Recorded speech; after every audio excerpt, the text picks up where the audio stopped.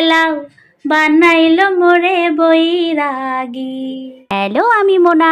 আজ বানাবো লাউ চিংড়ি। একদম সিম্পল রেসিপি, কিন্তু ভীষণ টেস্টি। লাউ আমি এরকমভাবে কেটে নিলাম, যে কোনো সাইজেরই কেটে নিতে পারো। তারপর কড়াইয়ে এর মধ্যে পরিমাণ মতন অল্প জল দেবে, নুন, হলুদ আর কাঁচা লঙ্কা দিয়ে দেবে। লাউ থেকে কিন্তু প্রচুর জল বেরোয়, তাই বেশি জল দেওয়ার দরকার নেই। ঢাকা দিয়ে পুরো লাউটা আমি মোটামুটি সেদ্ধ করে নেব। এরপরে আমি চিংড়ি মাছ ভালো করে নুন হলুদ মাখিয়ে রেখে দিয়েছিলাম।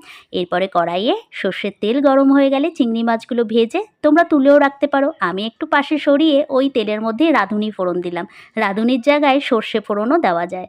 তারপর ওই যে আগের থেকে সেদ্ধ করে রাখা পুরো লাউটা এর মধ্যে দিয়ে দেবো। তারপর ঢাকনা ছাড়া টক বক করে ফুটবে, চিংড়ি মাছটা যাতে ভালোভাবে সেদ্ধ হয়ে যায়। চিংড়ি মাছ পড়লে যে কোনো রান্নায় ভীষণ টেস্টি হয়ে যায়। কচি লাউ, তাই বেশি তেল মশলা আমি দিলাম না। নামানোর আগে ধনেপাতা দিতে ভুলো না। তোমরাও বানিয়ে খেয়ে দেখো বন্ধুরা।